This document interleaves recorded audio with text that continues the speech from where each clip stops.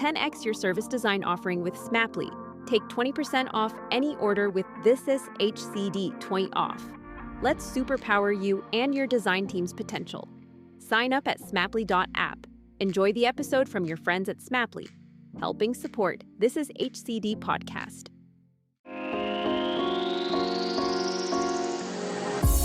Hello and welcome to Pushing Practice on This Is HCD.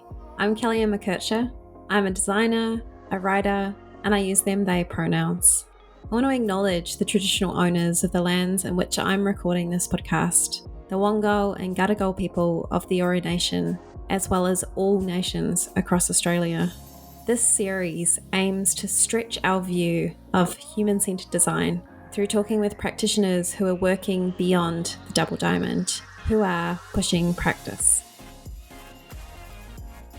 On today's podcast, we discuss what it means to be a systems-conscious designer, where we can turn for more expansive language about the worlds we want, and we hear about designing at the Australian Tax Office, or the ATO. It's a rich and wide-ranging conversation. We are joined by Craven and Elise Motalli. Elise is a freelance service designer working on accelerating our transition to a circular economy. Luke is a Canberra-based systems consultant and researcher. Welcome, Luke and Elise, to the show. Thanks, Kelly Ann. I'm coming to you today from the land of the Ngunnawal people, and my pronouns are he, him. Fantastic. And Elise? Hi, I'm coming to you from the Wurrung and Boonwurrung language groups of the Eastern Kulin Nations, and my pronouns are she and her.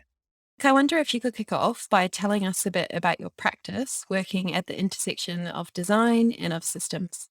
Thanks, Kelly Ann, and thanks so much for having me today. So I've always been really passionate about how we take a systemic perspective on the problems that orient us all, whether those are big societal problems or big economic problems, or ones that we're very familiar with in our lives today, like climate change or pandemics and COVID-19.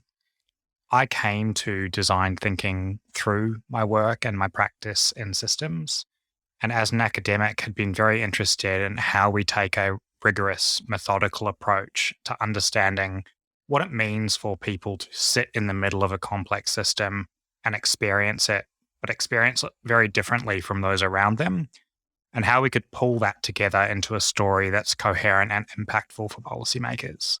Then I landed in the world of human-centered design and was given the opportunity to experiment with what it meant to bring these different practices together. And a lot of the designers that I'd been working with were really interested in pushing their practice, thinking about how they made their their design practice more systems-led, more systems-conscious, how they elevated some of the work of product design or service design to that whole of systems level. And Elise and I came together in our work at the Australian Tax Office, which is the administrator of Australia's tax and superannuation system. And that gave us an interesting opportunity to play with what this meant to bring the different practices together. So I'm really fascinated by, what does it mean to make design more systems conscious? I'm also really fascinated by the question that works in the inverse. So what does it mean to take a more design-led approach to our systems work? And what can design thinking teach systems practitioners and complexity practitioners about how to take something that often feels really fluffy and amorphous and make it actionable and make it impactful for the lives of people that we're looking to improve? So maybe, Elise, if you could share with us an example in one of those directions, either something that systems have to teach designers or that designers have to teach systems. Yeah, great question. I was reflecting on this question beforehand, and one thing that comes to mind is the pace. Comparing the pace of such as a service design project with that of a systems mapping type project. And I think the beauty of a systems mapping type project is that it's much slower, like to have to design and really research and immerse yourself in all of the research to create a systems map. Something we could learn from perhaps systems thinking is to lean into that time to really sit with the research and synthesis and understand what's going on, the interconnections, to really identify kind of consciously where you want to design compared to letting perhaps the pace kind of run that process for you. Yeah. And what's the place of in between, right? We've got things that need to happen today, yesterday, tomorrow. We've got things that perhaps there's more authority and space to take time on. I'm wondering, Luke, if you can think of some examples where you're moving both fast and slow at the same time. I would echo Elise. I think one of the exciting things about systems practice is that it challenges us to think in a different way about our environments and the contexts in which we find ourselves. I think whether you're doing a systems map per se, or you're investing time in the slow production of understanding those relationships and connections in a particular field of work, or whether you're just taking a systems perspective on a problem and you're thinking about ambiguity differently, or you're thinking about the dynamism of the context you find yourself in a little bit differently, and putting more emphasis in being able to sit with and be comfortable with that complexity. Both of those things count as a kind of systems conscious design practice. And so I think there is this, as you put it, like there's a fluidity between the gung ho, quick, let's like model every system out there and get in front of a whiteboard and do the biggest, baddest map that we can come up with. And all right, well, we know that we're operating in a tax and superannuation system, for example. I know that if I pull a lever over in self-managed super funds, that it is going to have impacts on the way that businesses experience the tax system upstream and downstream in different ways. So how am I designing for that? How am I asking questions that center those kind of perspectives rather than looking narrowly at a particular problem? And I wonder, Luke, thinking about this tax, this superannuation system, what is being designed? Like, what are we making? What are we crafting? What are we stitching together? Yeah, that's a really great question as well, Kelly Ann. And I think there's no one answer to that, right? So all Australian taxpayers have experience with the Australian tax system. It's one of the very few ubiquitous systems that all Australians experience. If you left your house today and bought a coffee, you've participated in the tax and superannuation system. The money that you've spent there, you've received through some income subject to income tax.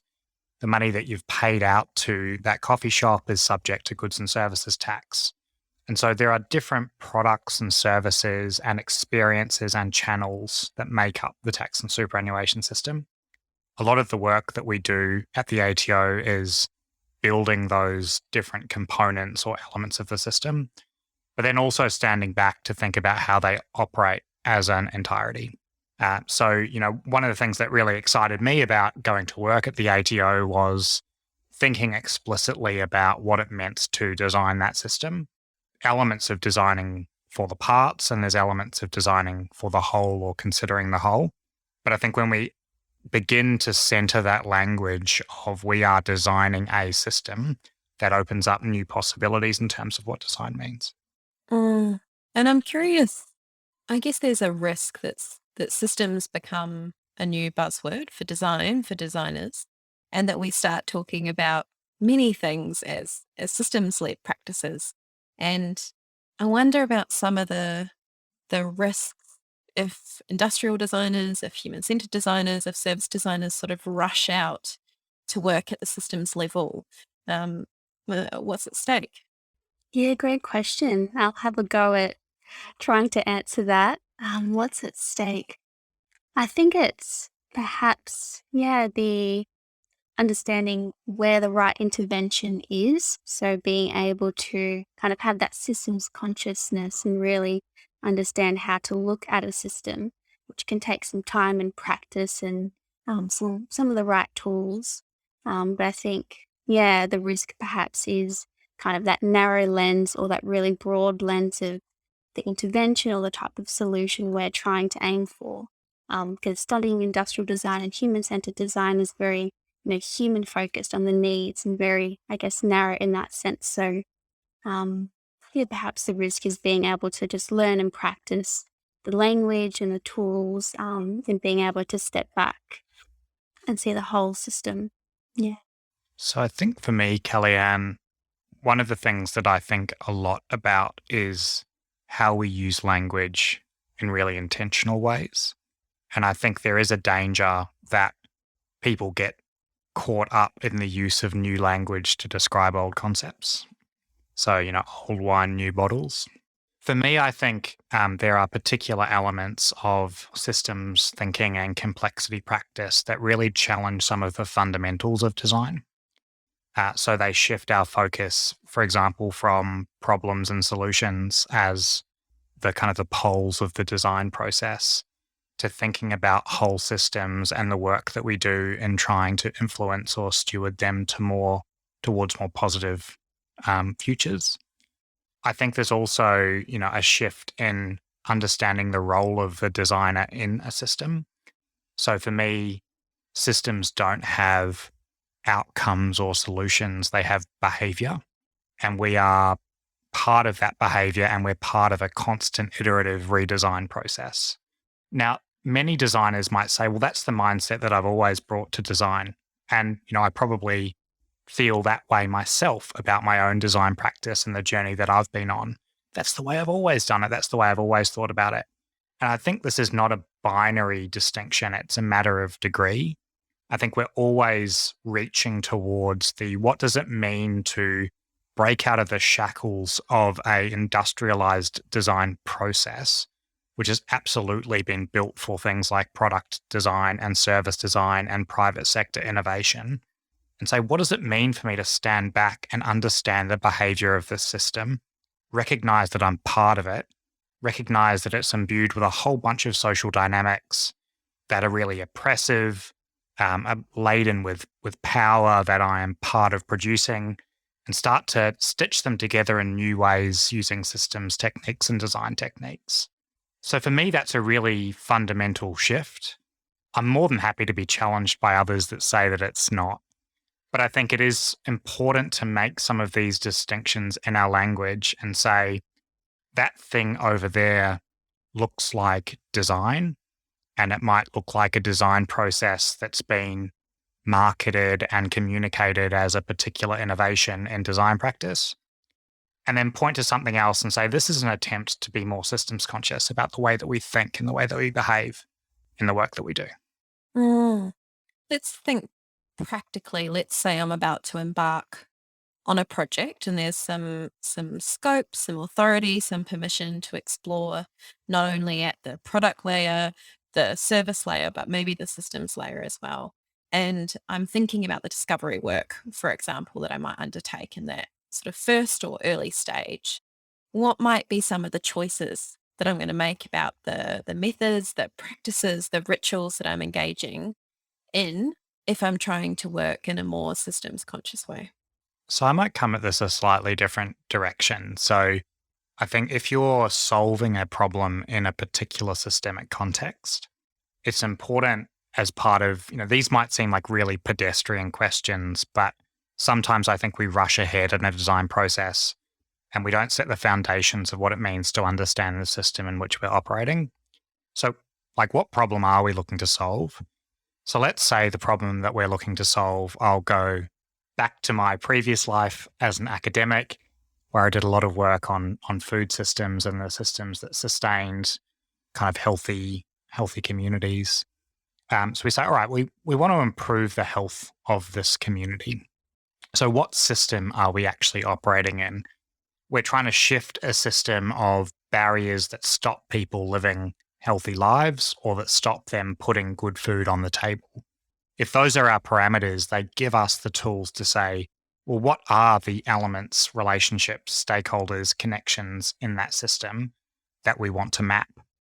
And I think that almost gives a designer a language or a scaffolding to understand that problem in a systemic way, but also in a really rigorous way. So I've written a little bit about this problem that people jump to saying, wow, this is a system, let me get out and start mapping, without asking some of those really fundamental questions like what system, what question am I asking, what are the different parts, what are the nature of the connections that exist. Another way to come at a similar question, a lot of people do stakeholder mapping as part of standard human-centered design work. I think in systems practice, we're pushed to think about the nature of the different connections amongst stakeholders. So are they informational connections where people share information in particular directions? Are they connections that involve the transfer of money or the transfer of goods? Are they power dynamic relationships? So is there a hierarchical relationship between different stakeholders? So I think even before you get to mapping, some of those fundamental questions about the nature of the system you find yourself in and what elements of it you want to emphasize are crucial. So some of my systems thinking and complexity colleagues would say, well, we're talking a lot about the system here, big T, big S, whereas system is a tool for making sense of the world, right? There are no systems out there. We actually use systems as a lens to understand the complexity of the world around us. So we need to think about what that lens is and how we meaningfully apply it. We spoke a little bit earlier about, I guess, the dangers of living in the ephemeral and abstract. And that's not always desirable, accessible. It doesn't always feel helpful. One of the things in a design practice, potentially done well, is to use something, be it a product or a service, as a kind of portal into a different conversation, into a different set of conditions, into different power structures or relationships. And I wonder if there's any examples that come to mind of where we're using objects or artifacts to create different conversations or relationships. And maybe, Luke, you want to kick us off? Yeah, it's a great question. And I think, the technical language for an artifact that helps us have those deeper conversations about the system, and those deeper conversations are always product of differing experiences or different perspectives that people bring toward a shared challenge or a shared context, is a boundary object. And I think there are, a number of really good examples of boundary objects in design practice. So whether that's something like a cameo or a persona, even slightly different, Kelly Ann, from something like a product or a service, but something that is tactile and tangible and helps people cut through the complexity of, wow, we're sitting in a system that none of us fully understand, but we need to have a conversation about it in a way that enables us to collectively wrap our arms around it and enable some kind of action. So I think in my work, I like to think about the opportunities of either using systems maps, other artifacts that traditionally come through the design process as foundations for really generative conversations. And it's funny when I'm talking to people, at barbecues, not that I get to go to those right now, is to say, well, what do I do actually day to day in the work as a systems-led designer? And because that language is probably quite jargon heavy for people that are not part of this community, I actually say to people that I spend my time designing conversations. It's really what I do. People said, Luke, what do you design? What are you actually designing? 9 times out of 10, it's a conversation amongst a group of people that need to have a shared experience. And that's either a shared experience of a problem, or it's a shared experience of a route to, a different set of behavior in that system. And so I think using boundary objects, whatever shape they take in a particular form, is really important. And are there any objects or artifacts, Elise, that you're working on at the moment in your work that you're finding really helpful? Yeah, so one was creating some stakeholder maps.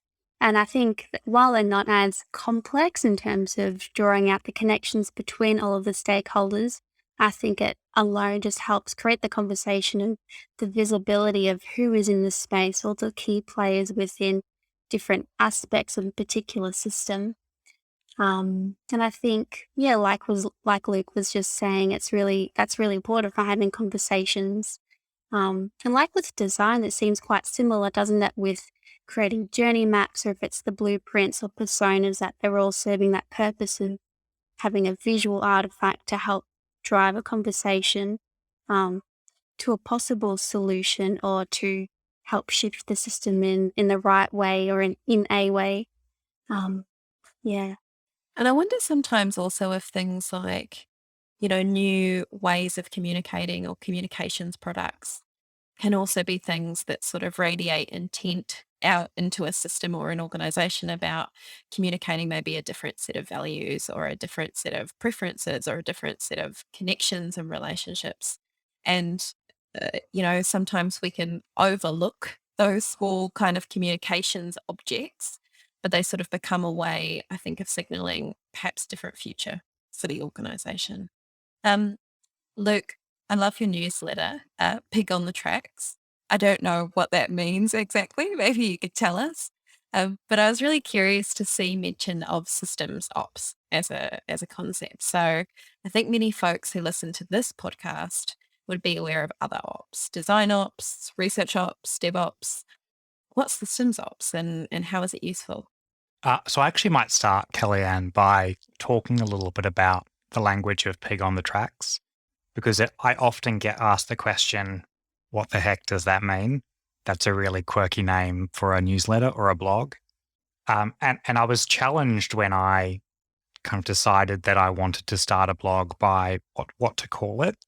And I wanted something that embodied my thinking around how we change systems and some of the ways that we go about shifting systems that might seem immovable or immutable to different paradigms or different horizons.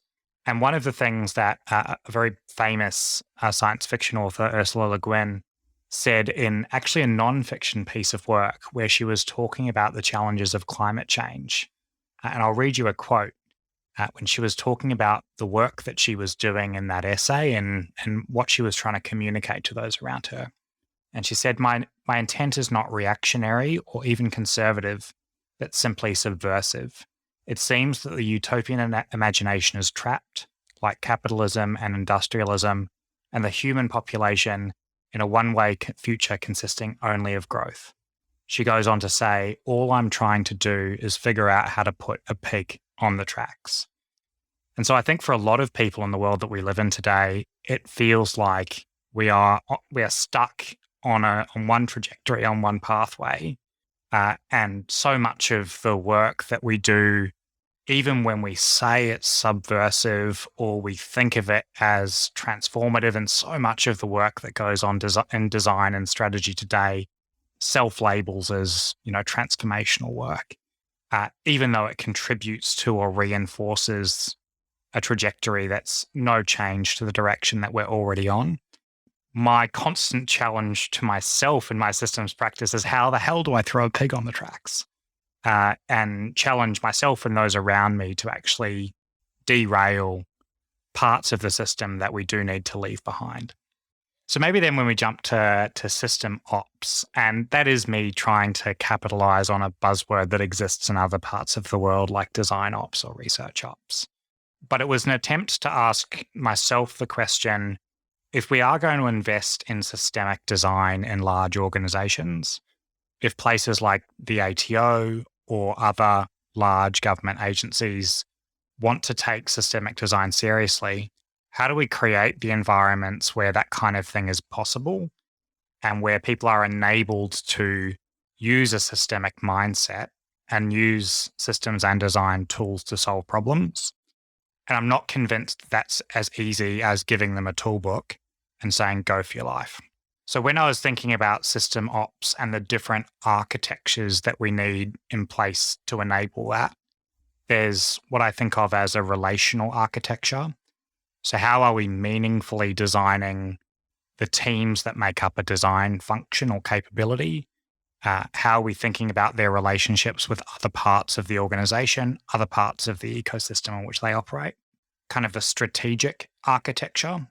So how are we thinking about reframing what strategy is and what strategy means? There's a lot of really great work in the systems thinking and complexity world about the challenges of linear strategy roadmaps and setting goals, 2 years out that are probably audacious and ambitious at day one, but then when the context moves around us, they quickly become meaningless. So what does it mean to do strategy in a complex and dynamic world? And how can we create an architecture in which those conversations are really important. And then the third architecture is what I call a learning architecture. So many colleagues working in this space are quite fascinated by what it means to build learning organizations or learning systems in the public sector, and thinking about the engine of growth in complex systems as learning, and building that learning as part of our natural systems and natural processes. It's really easy to do that at the surface level. You say, here's an L&D budget, make sure you spend it. Oh, you went to a design thinking conference. Well done. We're giving you the opportunity to learn. But I think we can challenge ourselves to be deeper and more ambitious than that in terms of what learning actually means. How are people learning together? How can we create teams where people have a designated learning buddy that challenges them day in, day out to say, well, what did you learn when you did that? Oh, that's great. How can we think about that relationship as different from a manager reportee relationship or employee relationship? So I think those are the three architectures that make up, kind of in my mind, a systemic organization. And system ops would be a function that's responsible for cultivating and stewarding those functions and systems so that they are front of mind for an organization and they don't get lost as some of those key enablers of what it means to do good systems work. And perhaps to be controversial, is what you've just described a more contemporary version of our organizational development team?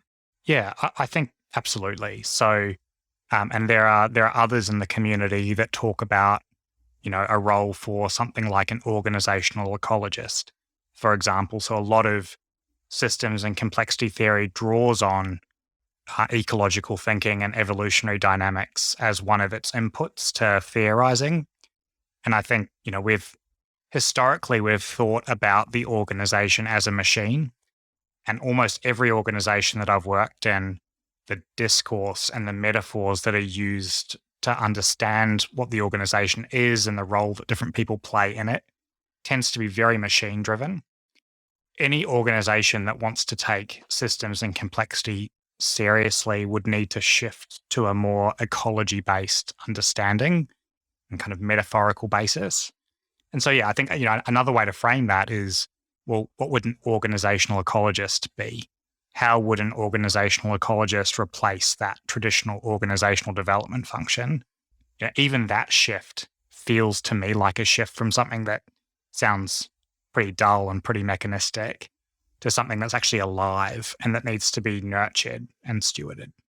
And as we're coming to a close, I guess I'm thinking about richer and bolder and bigger language for some of these things that we want to do, acknowledging, as you've said, that much of our organizational language feels machine-driven, but also sort of warlike or kind of a bit violent at times. And I'm thinking of the, wonderful poet David Whyte and some of his work in trying to share bigger language for some of the transformations, the actual transformations that we might want to make together in community, in organizations, and in systems. And I wonder if I could ask you each to share a place in which you're finding some of that language that feels enriching and exciting and bold. And Elise, I wonder if you might kick us off. Yeah, that's a great question. And for me, I think this really lends itself to circular economy and creating regenerative futures. And Luke's example was really interesting and has challenged me as well to think about the whole world around us and how it has kind of informed different types of language. For example, like you've said, Luke, the organization being like a machine. But yeah, those richer sources of language for me comes from having conversations with, I guess, people outside of design, as with people on the front lines, in the circular economy, whether it's with waste and people seeing problems but looking to more prosperous futures. And I think what's interesting with that as well is we still talk about kind of growth, infinite growth. However, with a circular or regenerative future, I guess growth can't go on forever. So I think taking the likes of nature as inspiration how things have their own cycles and journeys, I think is really important that we can carry forward into all sorts of language we use in day-to-day life, especially in systems thinking work. So I think I have two slightly different answers to that question. So the first is that I've never read anything good about systems or complexity in a systems or complexity textbook. So everyone I work with, I encourage to read widely and read with gusto and be excited by the different things that you come across in your world. I think great works of fiction teach us as much about design and complexity and systems as anything someone who's an expert in systems thinking has ever written. And I think we need to challenge ourselves that, I think this is true of design as well. These shouldn't be expert practices, right? They are lived practices, they are lived experiences. And a diversity and richness of experiences will build a stronger basis for the practices that we need to use as we try and design better systems and more generative systems. The second thing I would say is I think, a lot of poetry is actually a great source of exciting, playful language that helps us think differently about the environments that we find ourselves in. One of the greatest thinkers today, in my mind, working at the bleeding edge of systems and complexity is Nora Bateson, who's the granddaughter and daughter of some phenomenal systems thinkers, and herself an incredible thinker at the edge of kind of perception and complexity. And Nora has a fascinating Twitter feed that I really enjoy engaging with, but it's a combination of poetry that she's written herself, poetic injections from other authors that she's put her own systems and complexity flavor on. And I think what's exciting about a poetic lens is that it's an attempt to recognize that the language that we have right now to explore our experience is insufficient. And we need to be, as I said, kind of playful and creative and explosive in how we bring the concepts that we have together to build a new lens for a world that we can't yet explain. Well, Luke and Elise, I just thank you so sincerely for joining us today. If folks want to follow your work, where should they look? I'm very active on LinkedIn, so feel free to connect through LinkedIn or my website. You can find out a bit more about me, which is www.elisemotalli.com. And if you're particularly interested in circular economy, I convene a circular economy Slack community, so you can also find that link to join through the website too. And for those that are interested in learning more about me, probably the best place to go is Twitter, where I'm a notorious tweeter and a notorious lurker. So Luke Craven on Twitter. But also for those interested in the newsletter that we've spoken a little bit about today, you can find it at pigonthetracks.substack.com. Wonderful. Thank you both so much.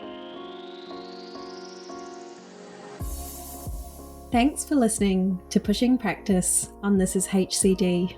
If you want to learn more about the other shows on the This Is HCD network, feel free to visit thisishcd.com. You can sign up to the community newsletter, learn about upcoming online community gatherings, or join the Slack channel, where you can connect with thousands of other human-centered design practitioners around the world. Thank you for listening, and see you next time.